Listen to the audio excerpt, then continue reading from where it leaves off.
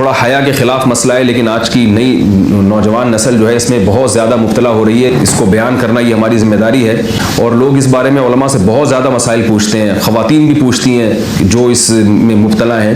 تو اس کا بھی مسئلہ یاد رکھیں. بعض مرد اپنی زوجہ کو مجبور کرتے ہیں غیر فطری طریقے سے ہم بستری کرنے پر، پچھلے راستے پر ہم بستری کرنے پر. تو یہ بات یاد رکھیں کہ ایسی صورت میں عورت پر اصل حکم یہی ہے کہ وہ ایسے مرد سے طلاق لے لے اور اس کو اپنے قریب نہ آنے دے، کیونکہ اس میں نقصان یہ ہوتا ہے کہ اگر عورت اس کام کی مرد کو اجازت دے دے تو کچھ وقت کے بعد اس کی اپنی نیچر تبدیل ہو جاتی ہے، اپنی فطرت بدل جاتی ہے، اور اسے اسی اس غیر فطری کام میں لذت آنا شروع ہو جاتی ہے. تو اپنے آپ کو گندگی سے بچانا یہ بہت ضروری ہے.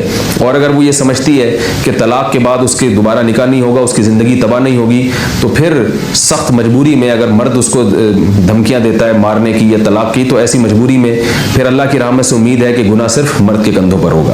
انسان جو بستری کرنے والا ہے زوجہ سے، وہ منہ میں ڈسچارج ہو جائے تو آپ سوچیں کہ اللہ تعالیٰ شرمگاہ کو گندگی سے بچا رہے ہیں، جس کی وجہ سے حیض کی حالت میں ہم بستری کو حرام قرار دیا.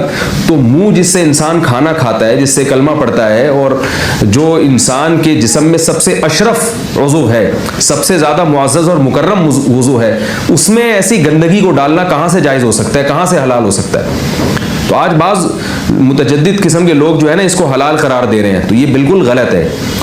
تو یہ بات خوب ذہن میں رکھیں کہ اورل سیکس کے ذریعے اپنی خواہش کو پورا کرنا اس طور پر کہ ڈسچارج ہو جائے انسان عورت کے منہ میں، بیوی کے منہ میں، یہ بالکل حرام ہے، بالکل ناجائز ہے. کیونکہ منی ایک غلیظ اور ناپاک اور گندگی ہے اور ناپاک اور نجس چیز ہے. تو اس لیے عورت کے منہ میں ڈسچارج ہونا یہ بالکل حرام ہے، ناجائز ہے، گندگی ہے. اسلام میں اس کی قطعاً اجازت نہیں ہے، اور بہت ساری بیماریوں کا ذریعہ بھی ہے. دوسرا مسئلہ یہ ہے کہ اگر کوئی ڈسچارج نہیں ہوتا اورل سیکس کے ذریعے، تو اس کا شرعی حکم کیا ہے؟ تو اس کا حکم یہ ہے کہ یہ انتہائی سخت درجے کا مکروہ ہے، ناپسندیدہ عمل ہے. اور اس کے سخت درجے کے مکروہ اور حرام نہیں ہے، لیکن بہت زیادہ ناپسندیدہ اور شریعت کے مزاج کے بالکل خلاف ہے. بعض جگہ ایسا ہوتا ہے کہ عورت کو اس چیز سے گھن آتی ہے کہ وہ اپنے منہ میں اس گندگی کو لے کر جائے، تو پھر بعض شوہر زوجہ کو مجبور کرتے ہیں کسنگ وغیرہ پر. تو یہ کم درجے کی کراہت ہے، یعنی یہ بھی ناپسندیدہ تو ہے، مگر یہ اس درجے کا مکروہ، اس درجے کا ناپسندیدہ نہیں ہے. یہ اس صورت میں ہے اس کے مکروہ اور ناپسندیدہ ہونا کہ عورت اس کے لیے ذہنی طور پر آمادہ ہو. یہ بات خوب یاد رکھیں، اگر عورت کو اس عمل سے گھن آتی ہے تو پھر مرد بیوی کو اس کام پر مجبور ہرگز نہیں کر سکتا، کیونکہ یہ نکاح کے جو ایگریمنٹ ہے، مقتضیات ہیں، اس کے خلاف ہے. یعنی یہ اس میں داخل نہیں ہے.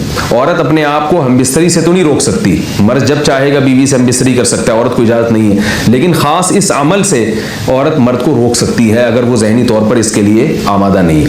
تو یہ جو فیملی پلاننگ والے آج جس دعوت کو لے کے چل رہے ہیں کہ بچے دو ہی اچھے، یہ جو پوری دنیا میں ایک تحریک چل رہی ہے، یہ قرآن و سنت کے 100% خلاف ہے.